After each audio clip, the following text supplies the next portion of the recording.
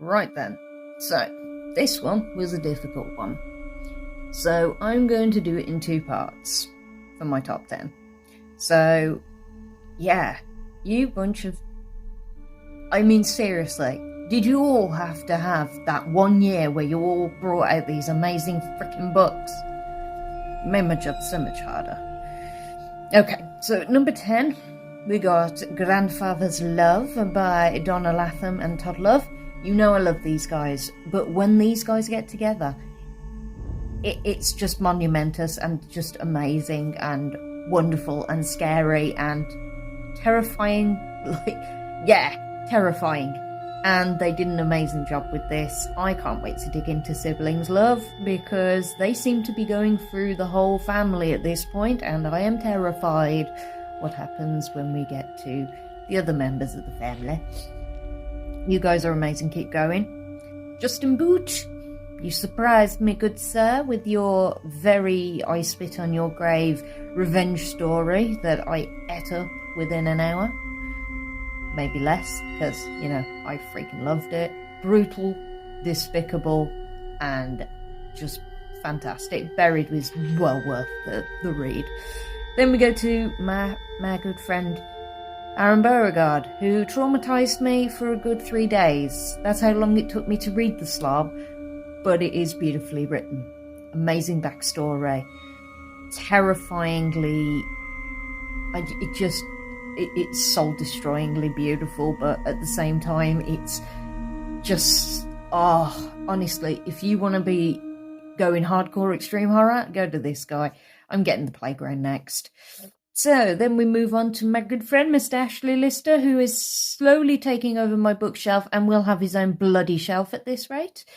Seagulls from Hell, because who doesn't like a good spark of fightage with Fight Club vibes and tramps? Then we move on to number 6, Malefic.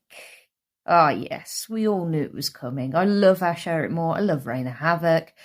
It's just a match made in heaven, and it follows vibes with some amazing 80s savagery, and it's a slasher and has so much more, and you need to read it. Before we go on to my top 5, which will be in another video, honourable mentions have to be said. The Other Place by Reign of Havoc, because I'm a filthy girl. Then you have New Girl's Patient by Ruthann Jagge, and oh good, you stuck around for the top 5. That is brilliant. Yeah, you absolute jerks. You had to go and make this hard for me. I love you all, I swear. It's just... honestly, top 5 was an absolute ball ache for me, because there is so much talent in the horror community lately.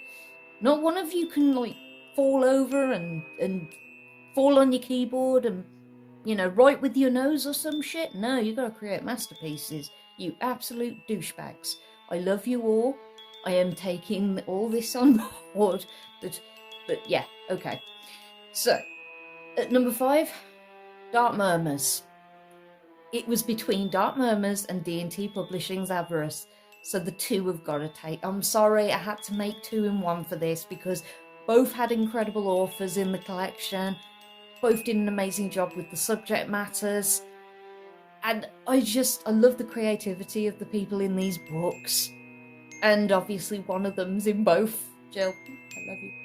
And yeah, I think, anyway, Glut by Matty Bobcash, because what a freaking story and concept to bring to life.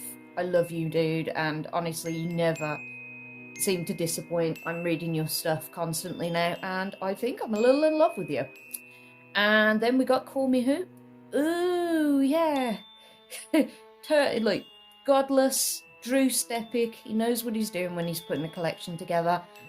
Danny Brown is in there, and one of my favourites of the year was Sara, and it was really, again, honourable mention, because I'm like, oh my god, I really want to put it on the list. But then you've got Lucy, you got Peter, you got some amazing names in Call Me Hope, and a great protagonist with a very, very sinister backstory, and I am loving the whole reimagination of the concept itself. Number 2, I haven't shut up about a book since I got it. You knew it was going to be Ryder Kinley and Rehab, because personal experience for me brings a lot to the heart, and for me it was just insanely good.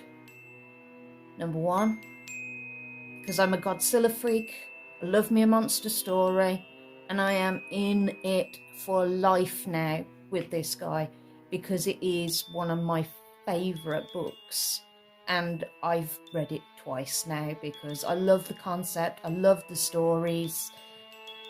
John Baltzberg, Abhorrent Siren. I'm reading Abhorrent Faith now. Dude, you made my year with this book, so keep going.